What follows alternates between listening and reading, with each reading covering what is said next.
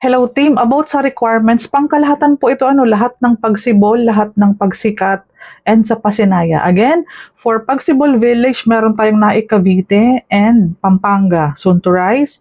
Pagsikat Place, tatlong location, Bulacan, Cavite, and Pampanga. For Pasinaya Homes, isang location lang for Naik Cavite. Lahat po ng requirements sa mga nabanggit para pareho lang. So, simulan natin. COE, yan po yung Certificate of Employment with compensation. Nandiyan yung pangalan mo, date hard, magkano sahod, lahat ng details, pati yung nagpepirma, kailan po, ano yung date. Ayan, pwede wag mo nang panotaryo, okay lang. Payslip naman, buong buwan ng payslip. Kung buong buwan ng July, buong buwan ng July. Pag BPO company, 3 months mo po. Okay? Pag medyo kulang tayo sa pag-compute ng mga allowances, 3 months muna para sigurado. Anyways, ang mga requirements naman, basta mga walang pirma, sa mga buyer ko po, pwede mong i-email na lang sa akin, ako magpiprint sa office natin, para pag meet up natin, dala mo na lang yung mga ID mo, isi-xerox na lang natin dito. Okay? Sunod, payslip. Sunod naman, 4 pieces ng 1x1 picture, white background with name tag para pag nawala, mabilis mahanap.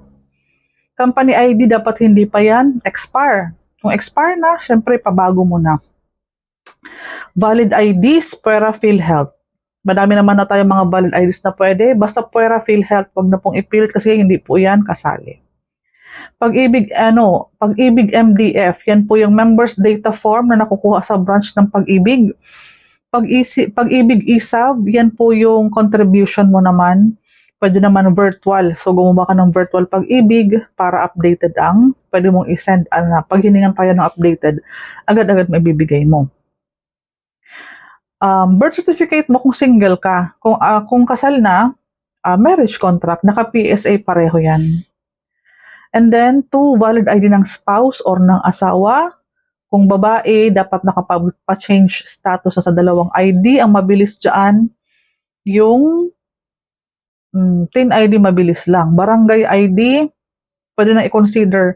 Or pakuhain mo na din ng Pag-ibig.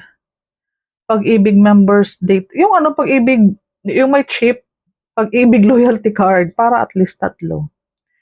Sunod, proof of billing. Alam po, hindi nakapangalan sa'yo yan. Yan po ang laging issue. Ma'am, wala nakapangalan sa akin. Alam natin yan. Ang isirox mo lang yung Meralco bill na may address, syempre, and yung water bill na may address.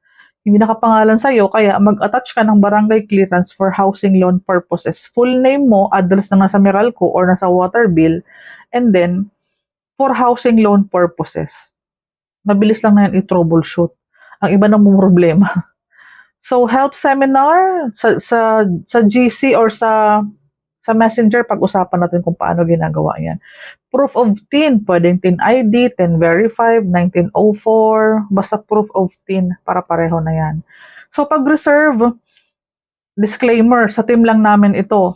Sa team namin, pwede pong 5,000 muna pag-reserve, complete requirements. In the event na hindi complete ang requirements, pwede na mag-fill out ng form. Basta bilisan natin na pag-complete ng requirements para maka-secure tayo agad ng mga units para magustuhan mo. Sunrise, near gate, di ba? Pwede nating ma-reserve agad. Again, hindi po ito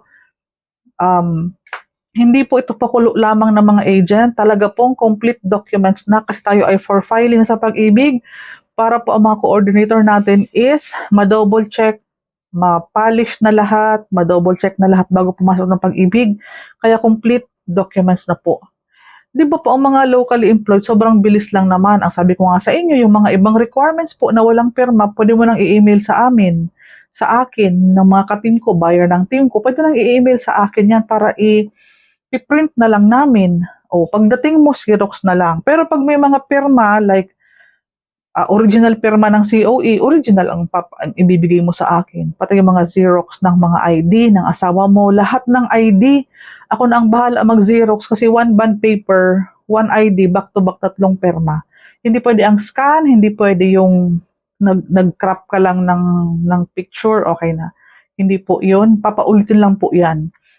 So, yan, mabilis lang naman po, di ba? In the event, na interesado ka, please be very vocal sa amin po para mabantayan natin yung mga inventory, ipe-present natin yung mapa sa'yo, ma-qualify ka namin ng tama, schedule ka ng tripping.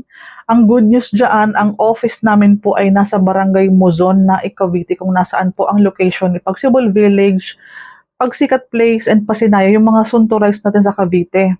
In the event na you are planning to acquire yung property in Magalang, Pampanga, meron din naman tayong office doon. So, Pagsikat Place and Pagsibol Suntorized ng Pampanga, meron din. As well as sa Bulacan, meron tayong Pagsikat Place and meron tayong mga coordinator doon. For our promo, iba-iba po ang ino-offer na promo conforme kung kailan mo po napanood ang video and kailan ka po nag-inquire sa akin or sa mga team ko, sila po ang magdi-discuss. Kung meron silang ino-offer na promo, ask na lang sa kanila. As for my clients, as for my buyers, i-discuss ko po yun kapag nagkausap tayo. Cindy Bernal Hapil, mabilis lang po akong hanapin. On my YouTube channel, yan po ang pangalan ko. Basta pag nahanap mo po yan, pag-usapan natin yung tripping, qualifications, send your payslip para ma-verify ko kung qualified ka sa anong project na magustuhan mo. In the event na hindi mo magustuhan yung location, pag-usapan natin na i-visit ang ibang project sa Naik, Cavite, basta alam ko ang basic salary mo, 28,000 ba yan? Gusto mo ba yung Pacific Town Naik, Northdale Estates, Kaya Homes, Axeya, hawak natin yan, Leora Homes, around 33, 34 ang salary. Basta agahan mo po ang tripping, mayroon naman tayong sasakyan, aantayin ka sa Naik, Cavite, pwede natin i-visit yung mga ibang project. Kapag talagang, Ma'am Cindy, walang budget for the down payment, sure na sure po ako for Pagsibol Village, for Pagsikat Place, or for Pasinaya Homes, then purso tayo. Maging open po kayong mag-discuss, mag-explain, 'di ba? Para ang agent po, mabilis kayong naaasikaso so kung ano man ang gusto nyo pong ipa-assist sa amin. Okay po? So, yan lamang po. Huwag nang mahaba masyado ang vlog. Cindy Bernal Hapil. Ayan po. Pag-usapan natin ang tripping.